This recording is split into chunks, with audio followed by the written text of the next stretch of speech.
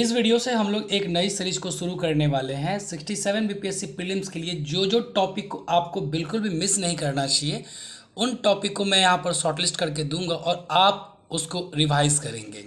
ठीक है, ये ड्यूटी आपकी रहेगी और इसमें आपको बिल्कुल भी कोताही नहीं करनी है। ठीक है, तो यहाँ पर उसी सीरीज को हम लोग शुरू करते हुए एंशिएंट हिस्ट्री के कुछ टॉपिक को देखेंगे जो कि आपको 67 बीपीएससी प्रीलिम्स के लिए बिल्कुल ही तैयार करके जानी चाहिए। इसको आप इग्नोर नहीं कर सकते हैं किसी भी तरह से। ठीक है, और एंशिएंट हिस्ट्री से आपको पता ही है कि 3-4 क्वेश्चन आते हैं और जहाँ तक बात रही रिजल्ट रुकने की, तो 1 नंबर से भी रिजल्ट रुक जाता है। तो बीपीएससी प्रीलिम्स को जो है ना क्लियर करने का यही एक फंडा है कि आपको सारे चीज़ को एकदम कवर करके जानी चाहिए। कहीं पर भी थोड़ा सा मिस करेंगे तो क्या पता कि 1 नंबर के कारण आपका रिजल्ट भगवान ना करे लेकिन रुक सकता है ना। तो वेल प्रूफ आपको प्लान बनाना चाहिए और वेल प्रूफ ही आपको रिवीजन भी करनी चाहिए। तो चलिए इस वीडियो में हम लोग देख लेते हैं एंशिएंट हिस्ट्री के इंपॉर्टेंट टॉपिक जो कि आपको बिल्कुल करके ही जाना चाहिए एग्जामिनेशन में। कुल मिला के मैंने यहाँ पर 13 टॉपिक आपको आइडेंटिफाई किए हैं जो कि आपको मस्ट प्रिपेयर करना है, प्रिपेयर करना ही है। और सोर्सेज की बात कर ले तो मैं यहाँ पर सोर्सेज में बताता हूँ कि लुसेंट या फिर क्राउन जीके की बुक, ठीक है, क्राउन पब्लिकेशन की जीके की बुक आती है, या फिर घटना चक्र की बुक आती है, या फिर ओल्ड एनसीईआरटी 11th क्लास की। इन सब में से किसी एक से आप रिवीजन कर सकते हैं, लेकिन रिवीजन पर्पस के लिए आपको मैं सजेस्ट करूंगा कि लुसेंट या फिर क्राउन जीके की बुक में से कोई एक ठो कर ले।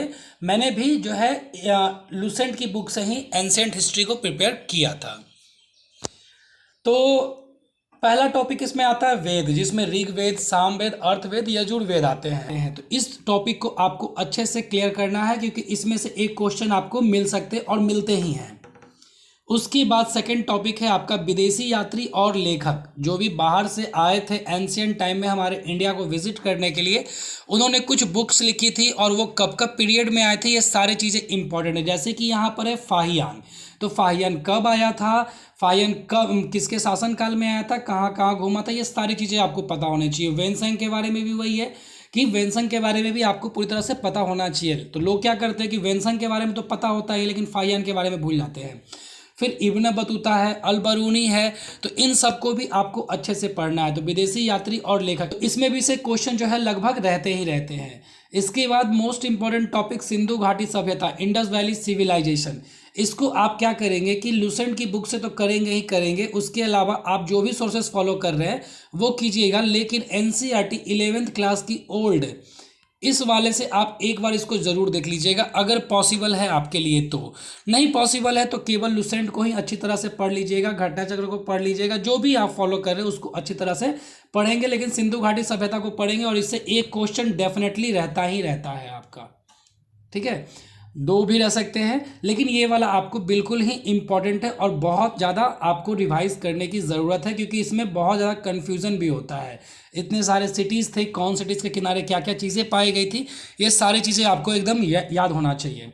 फिर है जैनिज़्म, बुद्धिज़्म, ये बिहार में भी आपको पढ़ने के लिए मिलेगा। जैनिज़्म, बुद्धिज़्म जब बिहार स्पेशल पढ़ेंगे वहाँ पर भी आप इसको रिविज़न कर सकते हैं।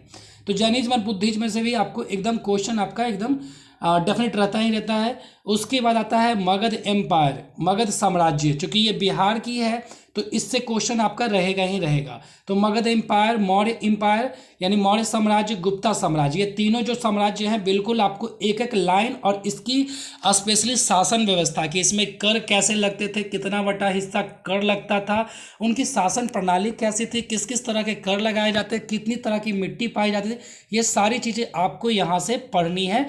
और ये तीनों साम्राज्यों को आप एकदम मतलब आप इसको छोड़ नहीं सकते हैं। Magadh empire, Maurya empire, Gupta empire. ठीक है, उसके बाद आता है आपका वर्धन वंश, जिसमें कि आते हैं आपके हर्षवर्धन और इसी के शासनकाल में आए थे हुएनसांग। तो इसलिए ये काफ़ी इंपॉर्टेंट है, वर्धन वंश को भी आपको ज़रूर करके जाना चाहिए। इसके अलावा जो है चोल वंश, ये वेरी वेरी इंपॉर्टेंट है और इसको भी आप इसी तरह से प्रिपेयर करेंगे जैसा कि आपने मगध, मौर्य और गुप्ता को किया होगा। शासन प्रणाली, स्थानीय व्यवस्था क्या थी, मिट्टी के प्रकार क्या थे, ये सारी चीज़ें आप चोल वंश से ज़रूर करेंगे। राष्ट्रकूट से भी करेंगे, पाल वंश ये बिहार का ही राजवंश था, इसलिए ज़रूर आप याद रखेंगे। और सेन वंश तो उस समय जो है ये बंगाल की मतलब राजवंश थी, लेकिन पाल वंश और सेन वंश जो है समकालीन थे, इसलिए आपको ज़रूर याद करके जाना चाहिए। तो ये 13 टॉपिक है जो कि आपको एंशिएंट हिस्ट्री में 67 बीपीएससी प्रीलिम्स के लिए, सीडीपीओ प्रीलिम्स के लिए आपको बिल्कुल भी नेगलेक्ट करके नहीं जाना चाहिए, ठीक है। और इसको आप बहुत बढ़िया तरीके से रिवाइज करेंगे और खाली इतने सारे टॉपिक को ही आप रिवाइज कर लेंगे तो उसी से आपका एंशिएंट हिस्ट्री कवर हो जाएगा। और हार्डली इसका आप टाइम रखिए कितना, 2 दिन से ज़्यादा आपको समय नहीं लगना चाहिए इसको रिवाइज करने में, ठीक है।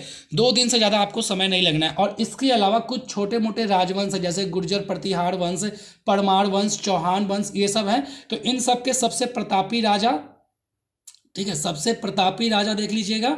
उसके अलावा इसकी स्थापना किसने की थी ये देख लीजिएगा। उसकी राजधानी कहाँ थी ये देख लीजिएगा। जैसे कश्मीर के राजवंश काकातिया के बारे में पूछा गया था कि काकातिया कहाँ का राजवंश था, तो बस इतना ही पता होता है। चौहान वंश का सबसे प्रतापी राजा कौन था, प्रतिहार वंश का सबसे प्रतापी राजा कौन था। तो ये जितने भी छोटे मोटे राजवंश होंगे उसके बस 2 लाइन आप याद कीजिएगा कि इसकी जो है स्थापना किसने की थी, राजधानी कहाँ पर थी, और जो है इसका सबसे प्रतापी राजा कौन था।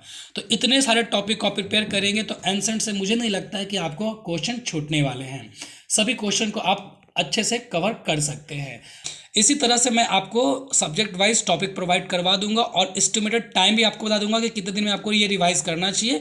आप उसी अनुसार से, अब चूंकि 50 दिन से भी कम का समय बचा हुआ है, तो आप अपने रिवीजन को एक नया डायरेक्शन दीजिएगा और एग्जाम को एकदम 100% सिक्योर कीजिएगा। धन्यवाद।